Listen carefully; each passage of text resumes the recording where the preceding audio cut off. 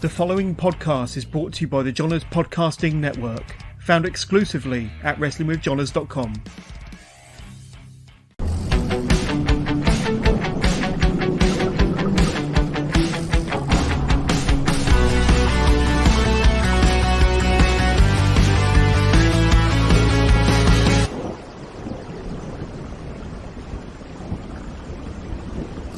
And we went to Canada first.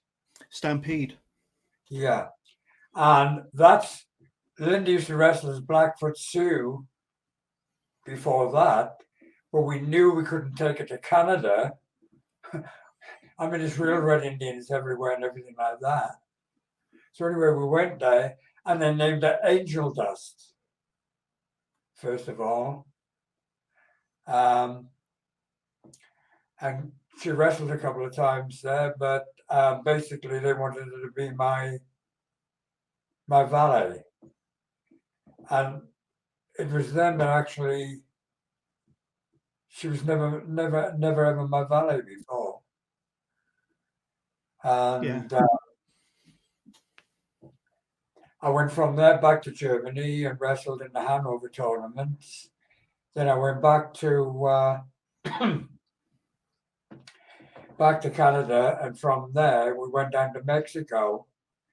Now, when I was down in Mexico, the name Adrian Street, they said that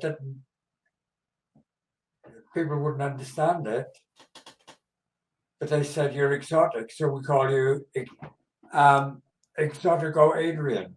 Never used the name Street; it was Exotico Adrian, and that was the first time. Now, I did really good. We did really good business down there, and Mike LaBelle, Hollywood Promotions in California, he got a year we were doing really good business, and it was him that actually invited us in. And he didn't call me Exotico Adrian; he called me Exotic Adrian Street. So there we go. That's where the name Exotic Adrian Street came from.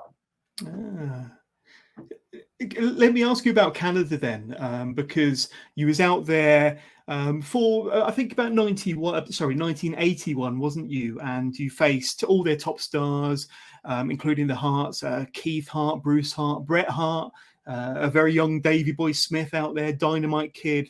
And like I say, you had some great times over in Canada, especially for Stampede. What are some of your favourite memories of wrestling in Canada for the Harts and for the Stampede promotion? My favourite memories of that was visiting Banff. And climbing up Sulphur Mountain, part of the Canadian Rockies, and taking a train trip from Calgary to Vancouver, and Linda and I had a holiday there. We spent time on Vancouver Island. That was really neat. I saw like a lot of the redwoods and all that sort of thing, because I love trees, love flowers, love butterflies, love birds.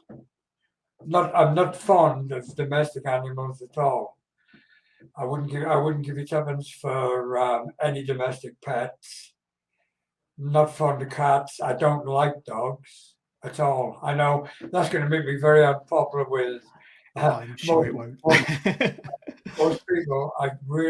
I'd no sooner invite a domestic animal into my house than I would a lion, a tiger, a rhinoceros, or a skunk. They just, I would not share. I've got friends that have got dogs. If they bring them, they can leave them in their car. You know, I wouldn't allow them in the house. Yeah. And from 1982 to 1983, you worked for Continental, didn't you? Continental Wrestling Association. Now, like I say, you worked quite a bit for Continental during that period of time and for the next couple of years. What did the American audience make of you and your persona with the pigtails, the makeup, the flamboyant costumes? the entrance with Miss Linda as well. What did the American audience kind of make of your kind of persona and your act? We got fantastic. We got fantastic reaction, like we did everywhere. And the thing that sort of got us over really was contrast. I'd go in the ring looking as effeminate, skipping about and kissing and everything like that as I could. But once I started, a complete contrast. I beat the living crap out of, and people couldn't believe what was happening. Like, you know, the sissy's going to get his ass kicked in a minute. You're like, yeah. But as you said, you love fighting, and was a very talented wrestler as well. I am a very talented wrestler. Yeah, I'm one of the best I know of. Indeed. But you know, modesty is my strong point. But I'd only be telling lies. Anyway, there was a commentator in Texas that I think put it best. I'm on my way to the ring and he goes like, well, hell, look at that Adrian Street. When that Adrian Street, when he comes down, when he's walking to the ring, damn me, if he don't look like a French poodle. But when he gets in the ring and that bell rings, that French poodle turns into an American pit bull. And that was it, basically. Yeah, yeah, fantastic. I loved it. I loved it. If my opponent, I've had my opponents going on. I threatened to kiss him and then sort of back off and all that kind of thing. Or sometimes I would kiss him if I got him in that kind of position. So I sort of skip around the ring and everything like that. Get them frustrated. They'd really underestimate me. Then all of a sudden, when I felt in the mood, I'd lower the boom and I'd turn him inside out, upside down. I've got so many ways to hurt him that I have to invent new ways to scream. Yeah, absolutely. And did you get any heat from the fans or from the members of the audience in America or maybe over in the UK? What sort of heat have you received, if any? You know, because of your act and your flamboyance and being a fantastic heel as well. Well, tremendous. I mean, I've had people sort of storm in the ring before now. Wow. And if they get in the ring, I'll treat them the same way I treat an opponent. My worry was that Linda would turn the balance sometimes. Like if anything was happening, she didn't mind interfering. She'd hand me something illegal and that sort of thing. But the only problem was she was outside the ring where the fans could get at her. And she's been attacked lots of times. But Miss Linda, you know how to handle yourself. I understand that you weren't afraid to look after yourself if you needed to. Oh no, and I used to have to do that quite a bit. You know, sort of fight people off. I mean, I've had men trying to attack me as well. I mean, you know, it's funny now, but I mean, it wasn't really funny at the time when you get somebody gets hold of you by the back of your head and tries to pull you over and sort of kick you and stuff like that. That wasn't too good, but over there they did have security, and it did help an awful lot. There was one time when Linda had broken her leg. Well, she'd broken her ankle. I mean, she still got sort of steel pins and all that sort of stuff in her ankle now from the injury that she had at the time. she was ringside on crutches. Yeah. Some woman ran out of the audience and jumped on her back and knocked her over. Linda got hold of her hair, even though like the woman had jumped on her, got hold of her hair and ripped half her scalp out. There was blood and hair all over the place. And the police had to come and try to drag the woman away from Linda because they, fortunately enough, they recognized that the woman attacked Linda. Linda never attacked her. Yeah. They took her away and arrested her. And Linda was left with a scalp, and there was like a trail of blood where they dragged the woman off her. There was a trail of blood off the woman's head. The same thing that I did to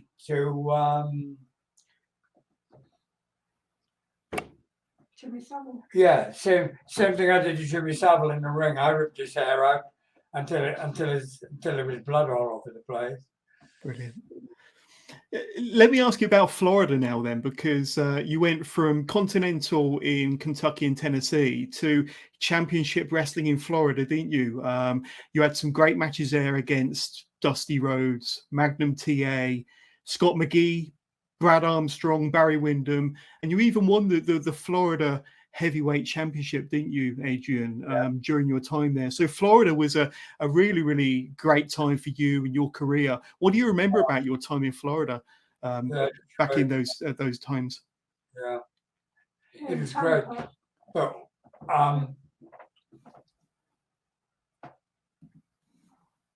we were down there before we came up for Continental. It was quite a long time. Before we wrestled for Continental. I don't think I even knew about him. Oh, I vaguely knew about him. But anyway, when we left Florida, we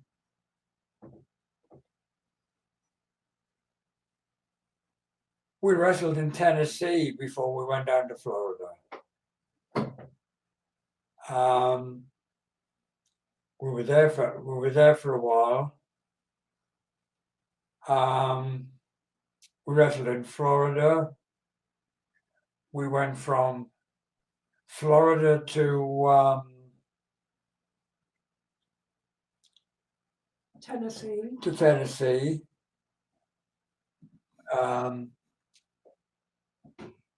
From Tennessee, we went down to Tampa. That's when we were there. We went from Tampa to Texas. I won the Texas Heavyweight Championship as well. It's funny because when I was leaving for the States, when I came into business first, everybody said you're too small and you're too young. When I was leaving for the States, all the wrestlers then said, I was 40 by the time I actually left Britain. They said, you should be thinking about retiring now. At 40, I was 74 when I actually retired. But they were saying to me then, you're too old and you're too small. You can't wrestle in the States. It's the land of giants. Have you seen the size of those guys out there? Yeah. And it's you did. I'd get American wrestlers coming up to me, like my opponents would come up to me in the dressing room. I'd be standing there looking up their nostrils. They'd be like a foot taller than me, and like I would weigh me about 100 pounds. We're wrestling each other tonight. I said, yeah, that's right. How can a big guy like me lose to a little guy like you?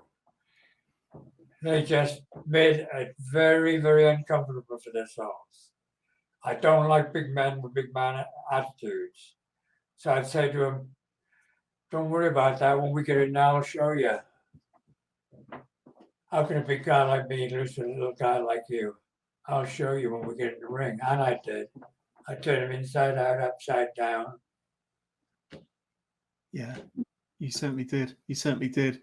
And I think one of your biggest accomplishments while you were over in the States was in Louisiana, 1984, against Terry Taylor, the Mid-South television title. And it's a very famous match, and they document it on the WWE Network as part of your documentary, of course. They feature that very heavily. And it could almost be described as the kiss heard around the world before you rolled him up and won the match for that television title. And you must have very fond memories of that period of time, and especially winning that championship against another legend of the business, Terry Taylor.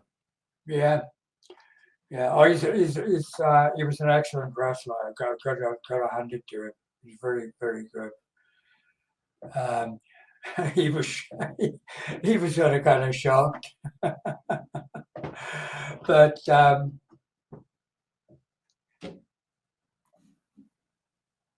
yeah, there was a lot of really good a lot of really good talent. Yeah, yeah. Let me ask you about your costumes, your outfits. Where did you get a lot of your costumes made, a lot of your gear made? Because they were very flamboyant and over the top. They weren't your traditional wrestling gear, especially the things you would wear to the ring. Would you get them specially made, or would you make them yourself? How did you get a lot of your costumes made? We made them. You did? We made them. In actual fact, when we were getting sort of close to retiring and everything like that, that is what we actually did for a living. When I started cutting down on wrestling, we sent costumes all over the world, not just wrestling costumes, anything for showbiz people. You know, we've made Elvis costumes. We sent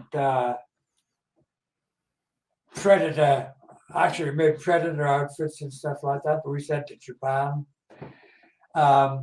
If you saw the movie The Wrestler with Mickey Rourke, we made all the costumes for Mickey Rourke, plus all the other actors and wrestlers that was in that movie. Yeah. Very, very, very impressive. And one name I'm going to throw out to you now is Randy Savage. Now, you had a program with Randy in around 1985. You had several matches within a 3 or 4 month period while you was working for that promotion, culminating in a lumberjack match. But you had a number of matches with Randy. What are your memories of wrestling? Like I say, legend of the business, Randy Savage, during your time in 1985? Randy was a great athlete.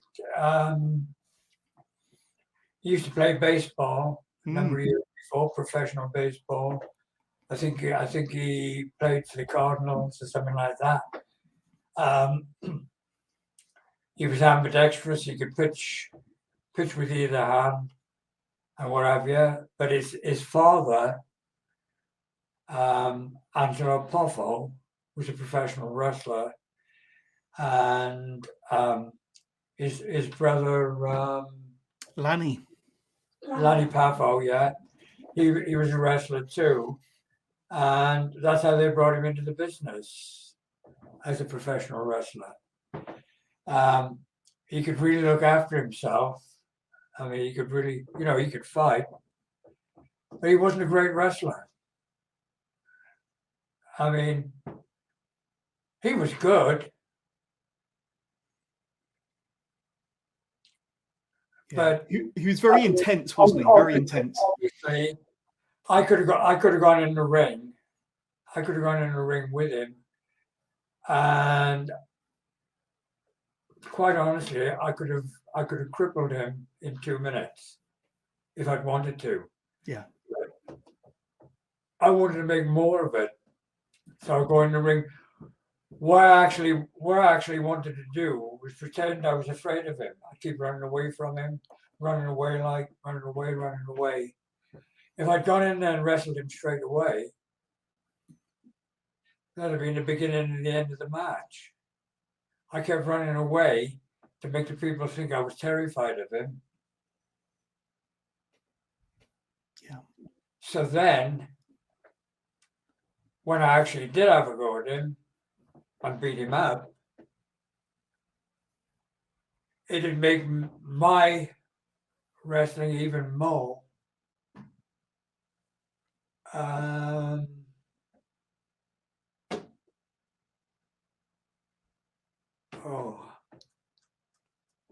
it'd make it even more shocking.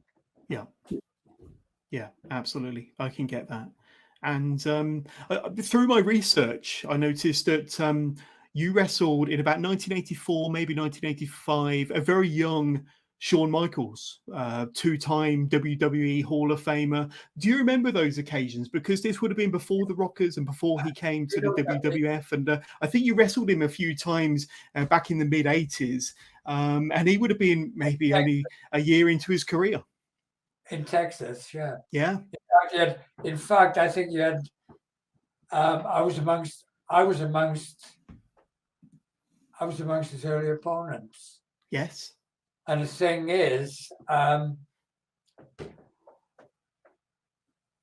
if somebody had asked me then, at that particular time, do you think Shawn Michaels would be a great wrestler or anything like that?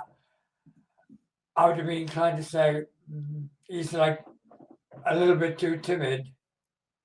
He didn't have that sort of push and everything like that, first of all. Mm. And I wouldn't have given him, quite honestly, if I'd been a promoter a number of years, if I was, just say for curiosity, I was a promoter now, and I could choose any wrestler in the world to wrestle on my card in their prime. Mm. In his prime, he would have been he'd probably been my first choice. Yeah. He had it all. But in the beginning, when I knew him first, when I wrestled with him,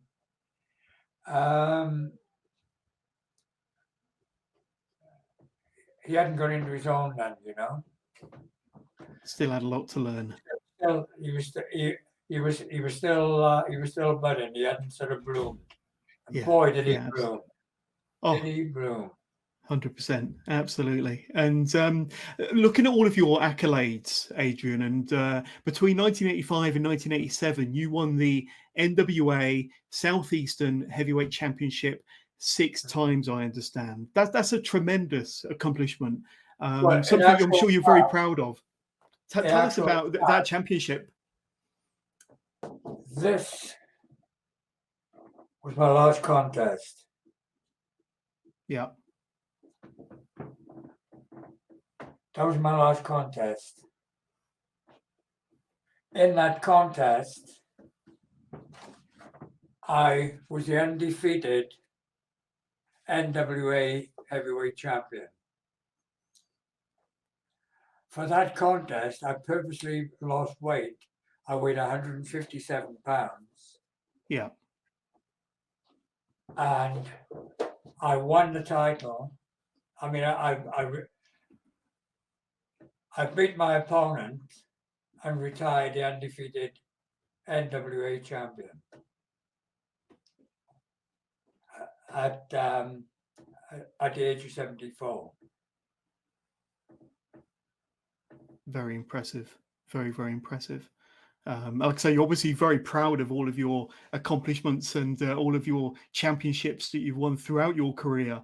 But what do you remember about some of the weird and wonderful gimmick matches that you were involved with then, Adrian? Because you've been involved in matches from loser leaves town to Indian strap matches, loser must wear a dress match, bull rope matches, matches where you might be tarred and feathered.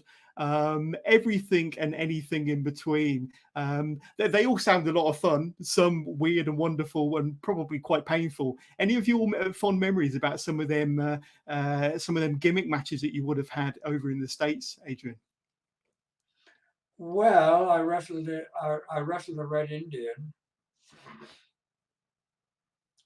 and it was for a world title. It was it was for a promotion in Tallahassee. They weren't really a big promotion or anything like that, but any promotion, they tend to claim their own world champions. Yeah. And anyway, I won the title. I was challenged by Black Eagle or something like that, Red Indian. He had a black feathered headdress.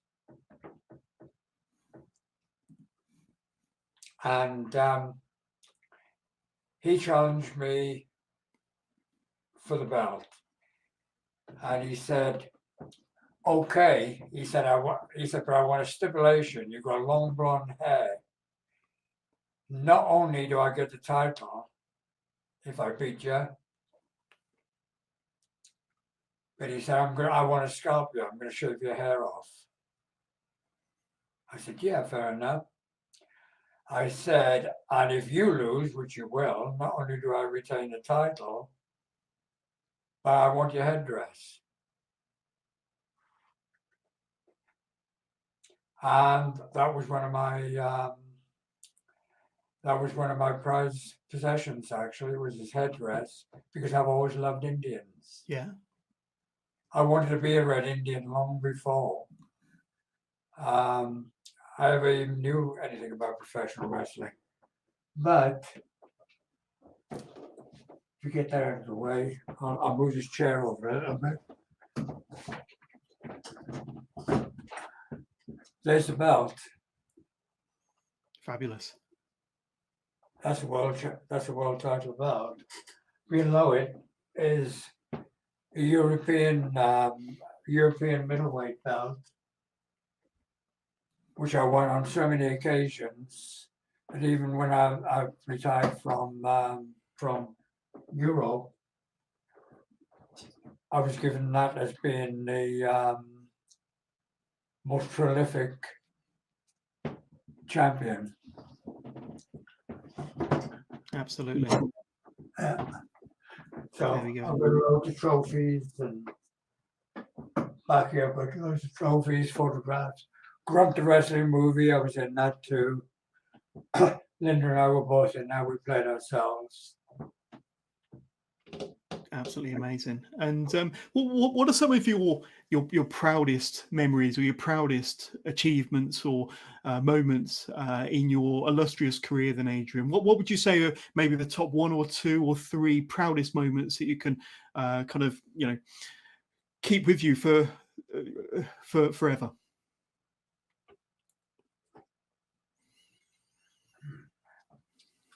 It's a tough question. Yeah, be very difficult to sort of say which, because I've had so many. Yeah. Yeah.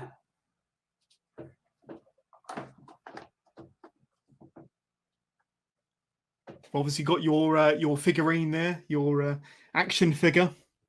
Yeah, that's it. And we sign autographs on the back. Yeah. Absolutely.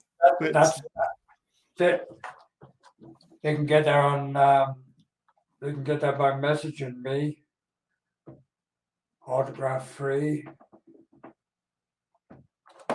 We've got a special offer on these books. They're just £5. Absolutely fantastic, and we'll make sure that hold on. This is my first record album. Shake, Wrestle and Roll, the exotic Adrian Street Miss Linda. That's Wonderful. all on the back. So would that be you actually performing and singing then, Adrian? Yes. And you obviously sang your entrance music at some stage as well. Is that right? Your theme tune. Was that? You obviously sang your entrance music or your theme tune to the ring. Yeah, imagine what I could do to you. Absolutely fantastic. And as we kind of get close to the end of this recording, I want to ask, what do you think your legacy is going to be? What do you think Exotic Adrian Street's legacy on the business is going to be, considering everything you've achieved, where you travelled, all of your accomplishments and great matches? What legacy do you think you'll leave on the business? Proving everybody wrong and said I couldn't do it. I think that's probably no better way to end this fantastic interview with Exotic Adrian Street and Miss Linda. I want to thank you both for your time, and thank you so much for your wonderful stories. But if you've got a message for your fans out there, those that will be watching this and really enjoying this interview and maybe want to learn more about you, but if you've got a message for your fans, what would you like to tell them before we say goodbye? Be happy, stay safe. There we go. But Exotic Adrian Street and Miss Linda, thank you so much for your time. I really appreciate it. Okay, thank you. Thanks for having us, John.